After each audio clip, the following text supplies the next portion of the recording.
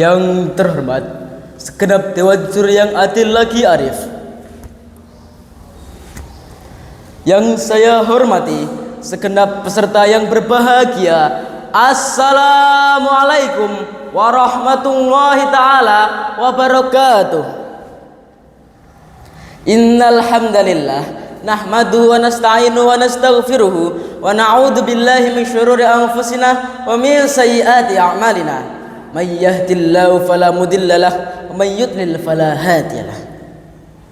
Pertama-tama, marilah kita panjatkan puja dan puji syukur kita atas kehadirat Allah Subhanahu wa taala yang telah memberangkatkan umat yang paling mulia dari jutaan umat lainnya dalam perjalanan yang jauh di luar nalar dan logika.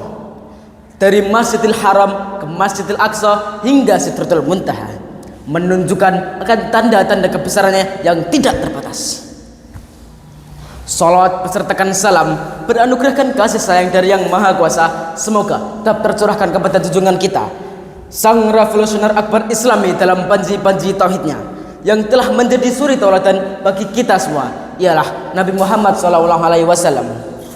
Semoga kita menjadi umat dan mendapat syafaatnya di hari akhir kelak. Amin amin ya rabbal alamin. Wahai para hadirin sekalian, dalam momentum yang singkat ini, izinkanlah saya menyampaikan pemikiran saya dalam problematika yang bertajuk Santri dan Tantangan Zaman, Membangun Masa Depan Bangsa. Wahai para pecinta Al-Quran, sebagai seorang santri, kita telah dianugerahkan oleh Allah Subhanahu wa taala dengan ilmu dan akhlak yang mulia. Maka sudah sepatutnya bagi kita semua untuk memanfaatkan keduanya sebaik mungkin. Apalagi pada zaman yang telah canggih ini, tantangan yang menunggu para santri amatlah beragam.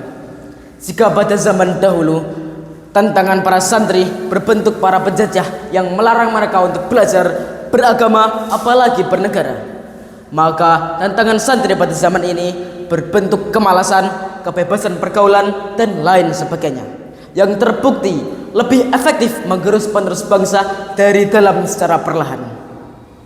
Padahal Rasulullah SAW pernah bersabda, Inna fi yatis syuban amrul ummah wa fi qadamihi hayatuha. Sesungguhnya di tangan para pemuda urusan-urusan umat, dan di kaki mereka kehidupan para umat.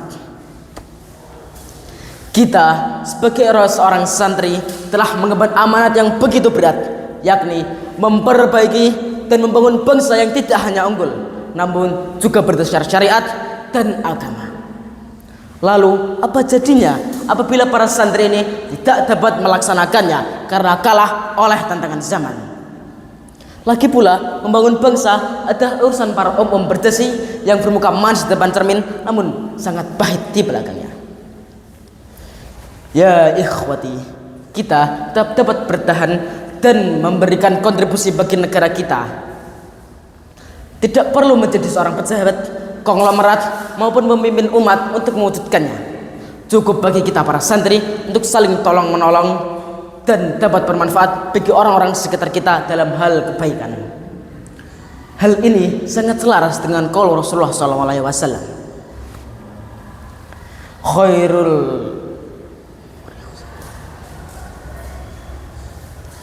Khairun nasi anfa'uhum linnas. Sebaik-baik manusia adalah yang bermanfaat bagi manusia lainnya. Begitu pula dengan qaulillahi azza wa jalla, Bismillahirrahmanirrahim, wa ta'awanu 'alal birri wat taqwa. Al-ayah. Dan tolonglah kamu sekalian dalam hal kebaikan dan takwa. Para hadirin yang dirahmati Allah, sebagai seorang pemuda bangsa, sudah sepatutnya kita memanfaatkan masa yang singkat ini untuk mencari ilmu guna membangun bangsa. Seperti dikatakan dalam suatu mahfudzat, wabadadir mas'aka ibanas syibah, bahwasanya mencari ilmu adalah hal yang paling tepat jika digunakan pada masa muda. Mungkin cukup sekian pidato yang singkat dari saya ini.